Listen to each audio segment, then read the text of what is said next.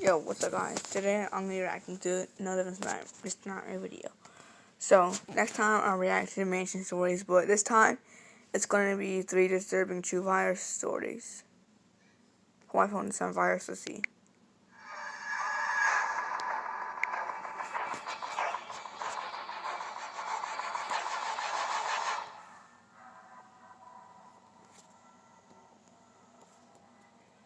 I'm sure we've all gotten computer viruses at some point in our lives, ranging from basic malware to Trojan horses. I was one day going through my school email when I was a teenager. There was this random, suspicious-looking email. It was apparently a job offer, or rather an offer for an interview for a summer internship position with this company I'd never heard of. Probably is There was bad. a link at the bottom of the email that said it led to the company's website, so I clicked on it. A new web browser opened, but the web page never loaded. The loading bar was stuck at like halfway, and the mouse cursor had the loading symbol as well. But it just wouldn't ever load. It was only a white screen. Human phones do that. After refreshing the page a few times, leading to nothing, I closed the page and deleted the email. The next day after school was when I noticed my computer was working overall much slower. It took a while to start up, it took a while for programs to open. Sometimes the mouse would even freeze for a few seconds. It was extremely aggravating. Creepy or is that annoying? I attempted to do a disk cleanup to speed it up, but it didn't do anything.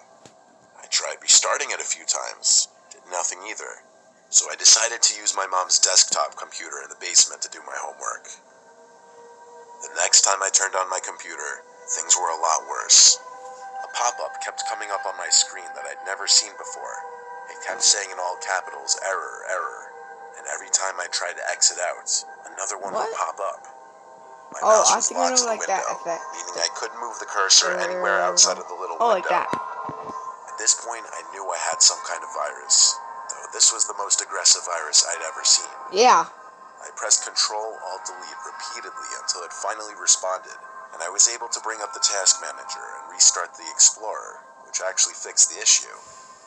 I was able to use my laptop again. Wow. So first thing I did was rush to download an antivirus program and hope that it would detect whatever was on my computer. The program did detect a large number of viruses and malware on my laptop, so I purchased the full version so that it could perform a deep, thorough cleaning of my computer. Yeah. After a couple hours of me playing StarCraft on my computer, the program alerted me that the scan was complete and the viruses had been removed. But my laptop didn't exactly go back to normal working speed after that. Days later, I had a new suspicious email when checking my school email account. It was titled, "Open this now." Don't open I it. guess I'm a fool for choosing to open it after just getting a virus that I suspected was from that first suspicious email. Upon opening the email, I realized it was blank, that there was a .zip file attached. The contents were unknown to me, and I didn't want to open it and find out what it was, so I deleted the email and went about my day. Yeah. However, a few hours later, the next time I got back on my laptop, another error message kept popping up on my screen like last time. This time it said, "You didn't open your email," in all capital letters. I Control-Alt-Deleted myself out of the pop-up once again, with my heart now racing. I opened my email again, and there was another new email, again titled, "Open this now," this time in all capital letters. Don't. Feeling threatened, I opened the email and downloaded the content. It was a collection of videos of me through my webcam. That's creepy now. It was just me sitting there using my laptop. I don't want to get into detail, but I felt sick to my stomach when I realized the video captured me doing some embarrassing things. Along with the videos was a text document containing only my address. There was one more video in a separate folder. It was taken inside of a van speeding past my parents' house, and a creepy man's laughter could be heard over the sound of the wind blowing into the car. It's a creepy laughter. I placed a piece of tape over my webcam, saved all of my important files to a bunch of flash drives, and did a factory reset of my computer. Before doing that, I replied to the email that I was getting the police involved, and that's what my parents and I did. We reported the emails and evidence to the police, and they said they'd use their forensics team to find the culprit. Unfortunately, this hacker really knew what he was doing, because they weren't able to track him. No plans tonight? Spend time with someone new. Chat, live stream, and listen with Spoon. Download now. Oh, sad. Hang on, guys. The next few days.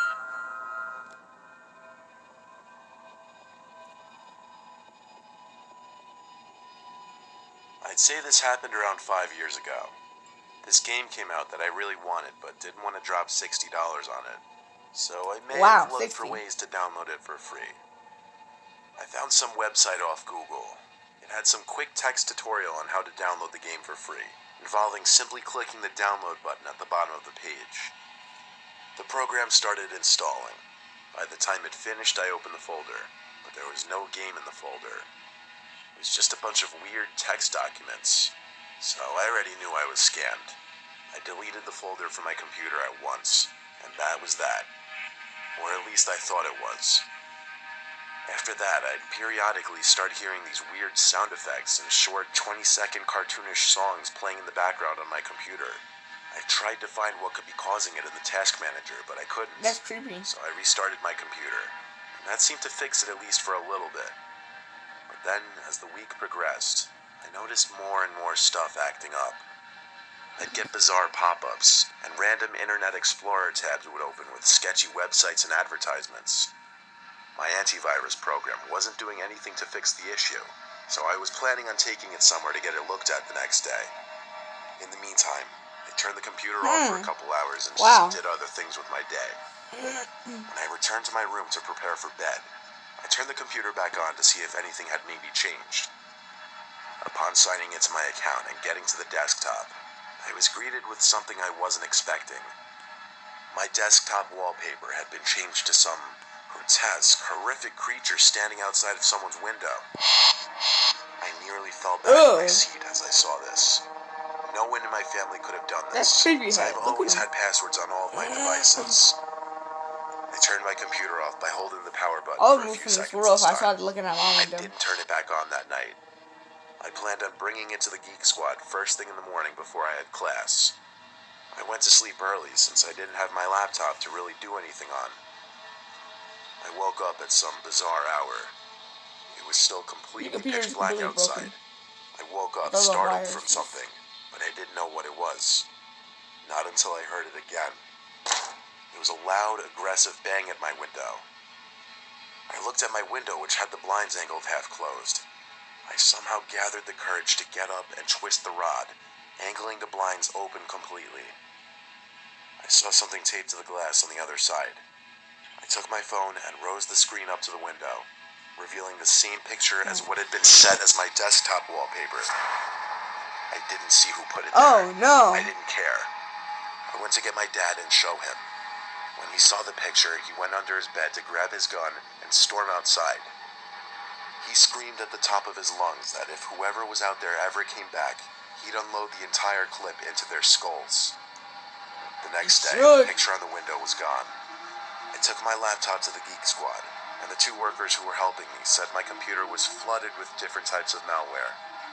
And after I told them my story, they were convinced I got a virus from trying to download that game, which apparently opened the door for new viruses. This somehow led to me becoming a target of some serious hacker who, to this day, I still don't know why they targeted me. I didn't get my laptop back for 2 days, but they worked their magic, and my computer was once again clean. I think my dad scared off whoever was stalking me. And just knowing how protective my dad is, and the fact that he has a gun, was the only reason I was able to sleep after that. Yeah. Hey guys, guess what? Come check this out. What? Check it out. Last story, guys. I'm currently 26 years old, so this happened 3 years ago because I know I was 23 at the time. It was my last semester in college. I had to do an extra semester to fit all my credits. I was doing really poorly in one of my coding classes, so I used some forums a lot to help.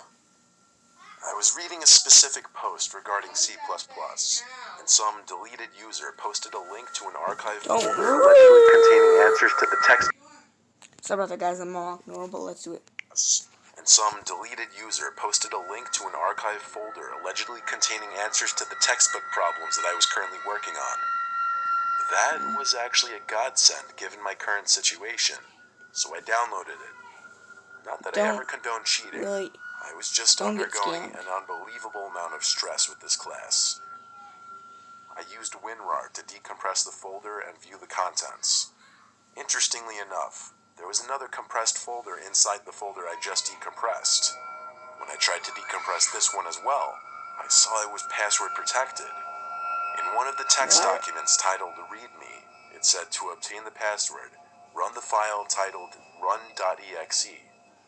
I checked the folder and saw there was in fact a file called run.exe, so I ran it. Biggest mistake I made. My computer made a weird Don't worry about the noise. background noise, guys. For half a second, a small blank window popped up, then disappeared. Nothing else happened. So I tried running it at least 3 more times. But when nothing happened, I gave up and put the folder into the recycle bin. Guys, but let's go. Happened.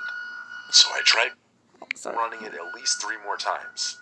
But when nothing happened, I gave up and put the folder into the recycle bin. Yeah, I do that sometimes. It wasn't until the middle of the night that something else happened. I woke up to a screaming sound from inside. Nothing else happened. So I tried running it at least 3 more times. But when nothing happened, I gave up and put the folder into the recycle bin. It wasn't until the middle of the night that something else happened. What happened? I woke up to a screaming sound from inside my room. Bro, come on, I man. nearly shat myself. I found myself pushing up against the wall at first, dazed and confused.